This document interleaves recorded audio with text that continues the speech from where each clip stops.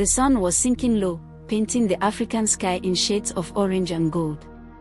Children laughed in the dusty street, chasing a ragged football that had survived many games. Among them was Chike, a boy of 12, full of energy and innocence. At his side was his closest friend, Bolu, another boy of the same age. The street was alive, mothers returning from the market with baskets on their heads, fathers sitting under mango trees talking about the day's struggles, and neighbors greeting each other with warmth.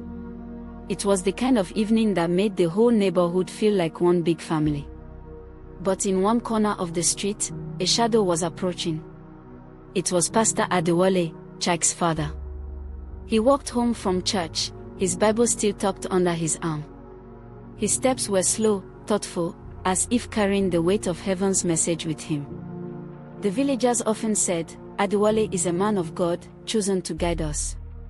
His presence commanded respect. Yet that evening, respect would turn into fear. Chike and Bolu ran together after the ball, their laughter echoing. Then suddenly, crash. Chike tripped, falling hard against a stone. Blood trickled from his knee. He winced in pain. Bolu froze. His eyes widened with guilt. "Chike, I'm sorry. I didn't mean to push you. It was an accident." Chike tried to wave it off, even though the pain was sharp. "It's okay. I'll be fine." But just then, Pastor Adewale arrived. His eyes fell upon his son's injury, and immediately they darkened. "What happened here?" his deep voice boomed. The children around them grew silent. Mothers paused in their steps. Even the football rolled slowly to a stop. Bolu trembled. "Sir, it was an accident. I swear." But the pastor did not listen. Anger flared in his heart, clouding his judgment. He grabbed Bolu by the arm, pulling him roughly. "You dare harm my child? You wicked boy!" The crowd gasped. Some tried to speak, but the pastor's voice drowned them out. "Today, you will learn that no one lays a hand on my son and goes free." And with that, he dragged Bolu toward his house. Chike cried out, his small voice shaking. "Papa, please." He didn't mean it. But his father's ears were deaf to mercy. The neighbors exchanged worried glances. The air grew tense, heavy, as if even the sky above knew something was about to break. That evening, in the heart of the street, justice would be tested. Bolu's small legs struggled to keep up as Pastor Adewale dragged him across the dusty ground. The boy's sandals slipped off, left behind in the street, but no one dared to pick them up. His cries pierced the evening air. "Please, sir. I didn't do anything. It was an accident." The pastor's grip only tightened. His broad shoulders cast a long shadow as they approached the compound. The iron gate creaked open, slamming shut with a heavy clang that made even the neighbors outside flinch. Inside the house, the atmosphere was suffocating. The walls seemed to echo with silence as the pastor flung Bolu onto the floor. "Do you think you can harm my son and escape?" Adewale thundered, his voice shaking the wooden rafters. Bolu's knees trembled. Tears streamed down his cheeks. "I didn't harm him, sir," he fell. "Please believe me." But the pastor was deaf to his pleas. In his heart, pride burned hotter than truth. He raised his belt, leather glinting under the lantern light. Crack! High voltage. The sound of the first lash tore through the house. Bolu screamed, his small voice desperate, raw, and filled with fear. "I'm sorry. I'm sorry." But still the belt came down.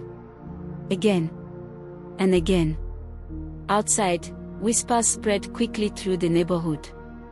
Mothers with babies on their backs shook their heads. Young men clenched their fists. Even the elders muttered in anger. One neighbor, Momankechi, spoke up boldly. "This is not discipline. This is cruelty. That child is not his own." Another added, "How can a pastor beat another man's son so mercilessly?" The noise of the crowd grew louder. From the street, Chike, with tears still fresh on his face, pleaded to the neighbors. "Please stop my father. He doesn't understand, it wasn't Bolu's fault." Inside the house, Bolu's sobs weakened. He could barely raise his hands to shield himself. Yet the pastor's anger had not cooled. Then suddenly, bang! The gate burst open. A group of neighbors pushed their way inside. "Enough, Pastor Adewale," shouted one of the men, his voice filled with righteous fury. The pastor spun around, his eyes wide with shock. "How dare you enter my home without permission?" But the people did not bow this time. They stood firm, their faces lit with courage. And for the first time in many years, the voice of the community rose against the man of God. The room was thick with tension. The pastor's chest heaved, the belt still clenched in his fist. Bolo lay curled on the ground, whimpering softly, his back marked with red welts. The neighbors stood in the doorway, their shadows filling the room. What had once been whispers of disapproval now erupted into bold voices. Mama Nkechi stepped forward, her wrapper tied tightly, her eyes blazing. "Pastor Adewale, we respected you as a man of God. But today, we see no God in your actions. Only pride." Gasps rippled through the room. To speak so directly to the pastor was unthinkable. But the spell of silence had broken. Another neighbor, old Papa Chokudi, leaned on his walking stick as he spoke. "A shepherd protects the flock. He does not destroy it. That boy is not your enemy. He is a child." The pastor's eyes narrowed. His voice thundered like a storm. "Silence!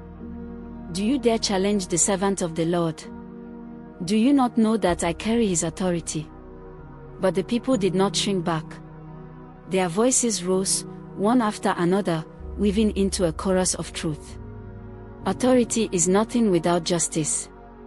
You preach mercy on Sunday but show no mercy today. If you cannot protect the innocent, what kind of pastor are you?" Chike, still standing by the door, broke into tears. He ran to his father, tugging at his robe. "Papa, please listen. Bolo is my friend. He didn't hurt me. I fell on my own. Why can't you believe me?" For a brief moment, Pastor Adewale froze. His son's words pierced deeper than the neighbor's shouts. But pride, like a serpent, coiled around his heart. "Enough," he roared, pulling Chike aside. "You are only a child. You do not understand how the world works." But now the crowd outside had grown larger. More men and women pushed through the gate, their anger rising. Babies cried, dogs barked, and the once quiet street roared with voices. The belt slipped slightly in the pastor's hand. His authority, once unquestioned, was crumbling before him. Mama Nkechi's voice rose above the noise, sharp and unyielding. "If you cannot see the truth, then perhaps you are not the man of God we thought you were. For even Christ said, 'Whatever you do to the least of these little ones, you do unto me.'" The pastor's face paled. Those words struck harder than any fist could. The crowd fell silent for a moment, waiting. Would he repent, or would his pride destroy him further? The compound was no longer the pastor's domain alone. It was filled with voices, angry and sorrowful, pressing against him like waves against a crumbling wall. Bolo lay on the floor, weak, his small body trembling with every shallow breath. A woman bent quickly to lift him, shielding him in her arms. The neighbors' eyes followed her, their hearts burning with compassion. One of the young men, tall and broad-shouldered, stepped forward. His voice shook with restrained fury. "If this boy had died under your hand, Pastor, what then? Would you have buried the truth beneath your title?" Murmurs of agreement spread. "Enough is enough. He thinks he is above us." No more silence. Pastor Adewale raised his hand high, trying to command the room. His voice thundered once more. "I am your pastor, chosen by God to lead this community. How dare you question me? But this time, his words did not land. The crowd's eyes no longer saw a man of God, but a man consumed by pride. Mama Nkechi clapped her hands sharply, her voice like fire. God chooses leaders, yes. But he removes them when they stray. Do you think the Lord is blind? Do you think he approves of beating an innocent child? The old elder, Papa Chakudi, struck the ground with his stick for emphasis. Even King Saul lost his throne when pride consumed him. Be careful, Pastor, lest you fall the same way. The words cut deep. A shadow passed across the pastor's face. His grip on the belt loosened until it slipped to the ground with a dull thud. Still, his pride wrestled within him. His heart screamed to defend his actions, but his mind trembled under the weight of truth. And then, his own son, Chike, stepped forward again. His voice was small, but it carried the weight of innocence. Papa, I love you. But today, you hurt my friend for nothing. God is not happy when we punish the innocent. Didn't you teach me that yourself? Silence. The neighbors turned their eyes to the pastor. Some crossed their arms. Others shook their heads. The atmosphere was thick with judgment. For the first time, Adewale felt the heavy truth: he was no longer untouchable. His authority had cracked. His image as a holy man lay in the dust, trampled by his own actions. The woman holding Bolu whispered softly, "This boy needs care, not pain." She turned to leave the house with the child in her arms. And as she stepped out, the crowd followed, one by one. The pastor was left standing in his own home, alone, ashamed, and trembling. The street outside buzzed with voices. He has lost our respect. A true pastor would protect the children, not harm them.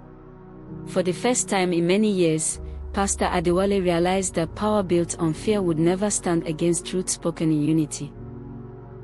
The compound was empty. The voices of the neighbors had faded into the night.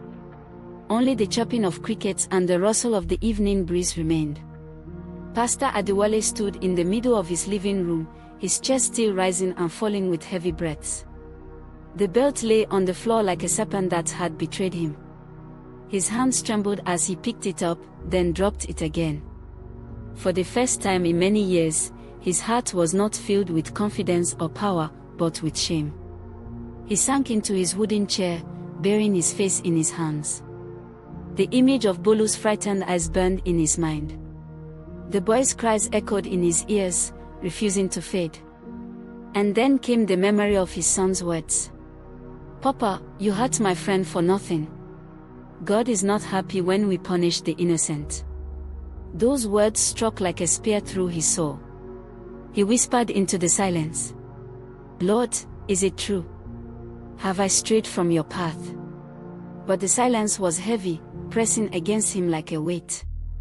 His Bible still lay on the table where he had dropped it earlier. Slowly, with trembling fingers, he reached for it. The leather cover felt heavier than usual, as if even the word itself demanded his repentance. He opened it blindly, and his eyes fell on a verse in Proverbs. "He who justifies the wicked and he who condemns the righteous are both alike an abomination to the Lord." The words pierced deeper than any sword. His knees gave way, and he fell to the floor. Abomination. "Lord, have I become an abomination before you?" he whispered, his voice breaking. Tears filled his eyes, not the proud tears of anger, but the hot tears of regret. He wept alone in the dim light of the lantern, his sobs echoing off the empty walls. Outside, the street carried on. Neighbors whispered in small groups. Children who once greeted him with joy now avoided his gate. The respect he had once commanded was gone, replaced with suspicion and disappointment. And still, he prayed, "God of mercy, do not cast me away. I am blind. I am proud. Forgive me." But forgiveness would not come with words alone. He knew it. Deep in his soul, he understood, it would take humility, confession, and action. That night, Pastor Adewale did not sleep. He wrestled with his guilt until the dawn. And with the first light of morning, a decision began to take shape in his heart, one that would test his pride more than anything else ever had. The morning sun rose slowly, spilling golden light across the village street. But for Pastor Adewale, it was not a morning of peace. His eyes were red from sleeplessness, his face weary, and his heart heavy. Every step he took felt like a stone tied to his feet. Yet he knew what he must do. Pride had brought him low, and only humility could lift him again. He walked out of his compound, clutching his Bible to his chest. The neighbors were already stirring, women sweeping their front yards, children fetching water, men preparing for the day's labor. When they saw him, whispers filled the air. Some shook their heads. Others turned their backs. But Pastor Adewale pressed on, his eyes lowered.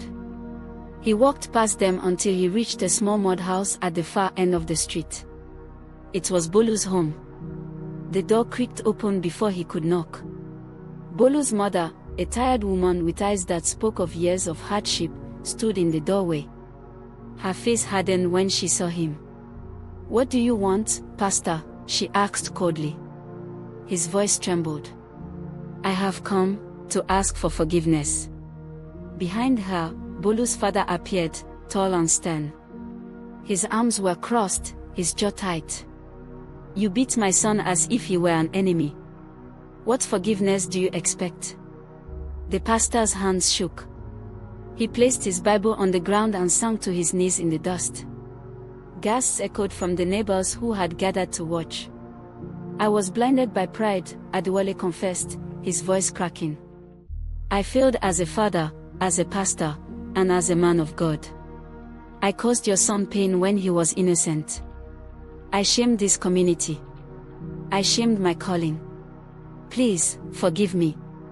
Tears fell from his eyes, darkening the dust beneath him. Bolu, bandaged and weak, appeared at the doorway. His small voice whispered, "Papa Adewale." The pastor lifted his head, his eyes meeting the boy's. "My son, I am sorry. I was wrong. Will you forgive me?" The boy hesitated, then nodded slowly. "Yes. I forgive you." A hush fell over the crowd.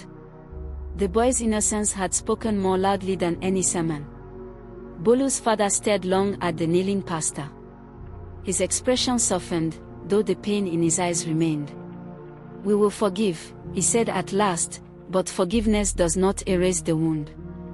If you are truly repentant, show us by your actions." The neighbors murmured in agreement. Pastor Adewale bowed his head. "I will. By God's grace, I will." And so, the man who had once stood above them now knelt in the dust, humbled before the very community he had wounded. The days that followed were not easy for Pastor Adewale. Word of what had happened spread quickly beyond the street, echoing through the town like the sound of a gong. In the market, whispers followed him. In the church, the pews felt colder, the congregation quieter. But Adewale did not hide. The very next day, he returned to Bolu's house. This time, not as a pastor demanding respect, but as a man seeking to serve. He carried herbs from the healer, clean cloth, and a small bowl of water. When Bolu's mother opened the door, she frowned. "Why are you here again?" Adewale lowered his head. "To care for the wound I caused." Slowly, cautiously, he entered. Bolu sat on a mat, his legs stretched out, the bandages already stained. Adewale knelt before him. With gentle hands, he began to wash the boy's wounds, whispering softly, "I am sorry, my son. May these hands that hurt you now bring healing." Bolu winced but remained still. His eyes studied the pastor with curiosity, as if seeing him for the first time, not as a man of power, but as a broken man learning to be whole again. For 3 days, Adewale returned, each time tending to Bolu's injuries. Neighbors watched in silence, their suspicions slowly giving way to wonder. Could this man truly be changing? On the 4th day, the church bells rang for Sunday service. Many hesitated to come, unsure of what awaited them. But the church was full. Some came to pray. Others came to see whether the pastor would pretend as if nothing had happened. When Adewale climbed the pulpit, he did not carry his usual air of authority. His voice trembled, his eyes wet. He did not shout. He did not command. He confessed. Brothers and sisters, I stand before you today not as your pastor, but as a man who failed. I allowed pride to blind me. I harmed the innocent. I misused the authority God gave me. And for that, I ask your forgiveness. Gasps filled the church. Never before had a pastor spoken such words. He continued, I now understand that the title means nothing if love is absent. From today, I will not stand above you, but walk among you. A true shepherd does not beat his flock, he lays down his life for them. Tears flowed in the pews. Some bowed their heads, others nodded slowly. The truth was heavy, but it was healing. And from the back of the church, Bolu stood, leaning on his father's arm. His young voice rang clear. We forgive you, Papa Adewale. The congregation wept. The pastor wept.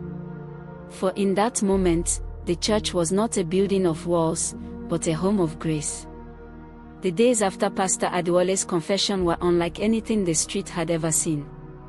Where once there had been anger, there was now a slow, cautious warmth, like the sun rising after a long night. The children, who had once whispered in fear whenever the pastor walked by, now played freely again. They laughed, they shouted, and though some still glanced nervously at him, their fear began to fade. Adewale himself walked among them with gentleness. If a ball rolled toward him, he picked it up with a smile and tossed it back. If he saw a child fall, he bent to help them up.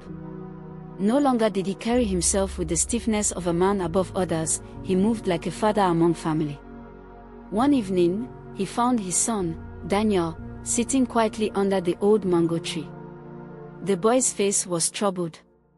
Father, Daniel said softly, why did you beat Bolu when it was me who fell? The question pierced deeper than any sermon ever could. Adewale sat beside him, his voice low. Because I was proud, my son. I thought only of my pain and my name. I forgot that God loves all children equally, you, Bolu, and even the smallest in this street.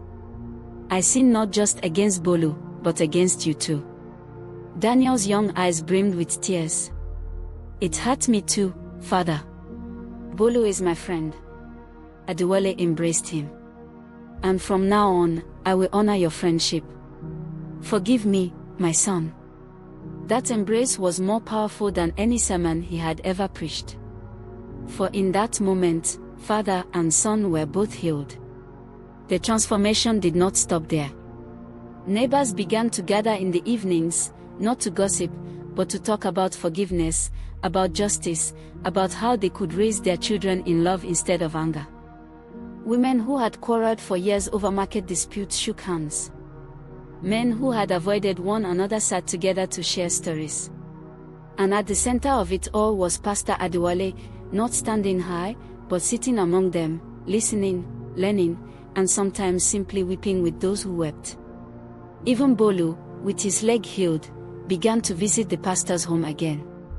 The laughter of children returned to the compound, laughter not silenced by fear but strengthened by forgiveness. It was as though the wound of one night had become the seed of a new beginning for the entire community. Weeks had passed, and word spread through the town, Pastor Adewale has changed. It was not his sermons that convinced the people, but his actions. He had mended broken fences, carried water for widows, and sat humbly in the market to greet even the poorest of traders. And now, the community had decided, there would be a gathering at the church courtyard. Not for a wedding. Not for a funeral. But for reconciliation. As the sun dipped low, painting the sky in hues of orange and gold, families filled the courtyard. Mats were spread on the ground, lanterns lit, and the murmurs of expectation filled the air. When Adewale stepped forward, the crowd grew silent. He no longer wore the robe of a pastor, but a simple white buba and wrapper, a sign of humility. His son Daniel stood by his side, and next to Daniel was Bolu, smiling shyly, his arm linked with his friend's. The sight alone softened hearts. Adewale cleared his throat, his voice steady yet heavy with emotion. My brothers and sisters, some weeks ago, I failed you. I failed my God, my family, and this community. I allowed pride to blind me, and anger to rule me. I hurt a child, an innocent child, and in doing so, I hurt you all. He paused, scanning the faces before him. Some nodded. Others blinked away tears. But God has taught me through your courage, through my son's honesty, and through Bolu's forgiveness. I have learned that true strength is not in beating others down, but in lifting them up. True justice is not in defending our pride, but in protecting the innocent. His words flowed like water over dry ground. The people leaned in. He lifted his hand slightly. Tonight, I do not stand as your pastor above you. I stand as your brother, your servant, and your friend. Together, let us build a community where no child is silenced by fear, where no neighbor is crushed by pride, where love is stronger than anger. There was silence. Then, from the back, an elderly woman rose, Mama Folek, the oldest in the neighborhood. She lifted her walking stick and said, Adewale, today you have truly become a shepherd, not of pride, but of love. We forgive you. Let this street be healed. The crowd erupted in applause, cheers, and ululations. Some clapped. Some wept. Children danced around Daniel and Bolu, chanting their names. That night, food was shared. Drums were played. And for the first time in many years, the street felt like one family, united, healed, and reborn. And in the corner, as he watched his neighbors laugh and feast, Pastor Adewale whispered a quiet prayer of gratitude. Lord, thank you. This time, I will not forget justice. The feast had ended, the laughter had softened, and the night sky stretched wide, glittering with stars. The last echoes of the drum beats faded into the stillness. Children slept on their mothers' backs, and men sat in small circles, speaking softly.